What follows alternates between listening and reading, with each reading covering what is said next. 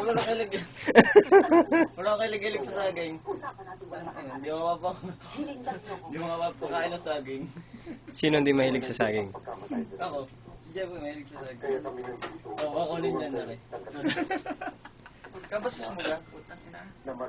Nasaan ako sa Hindi ba ninyo? Nasaan ako din?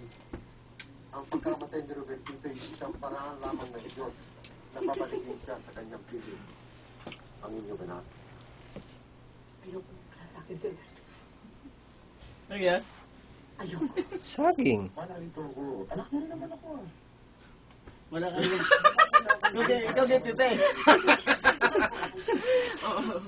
Nahihiya pa eh. Gusto mo nga saging, pare? Ayaw pumatay. Gusto, tanong mo. Hindi mo makain. Mabubuhay talaga hindi yan. Hindi makababalik si Robertito sa kanya ng mita. Kung patuloy na inukulong ninyo ang kanyang kaluluwa sa kanyang patay na katawan.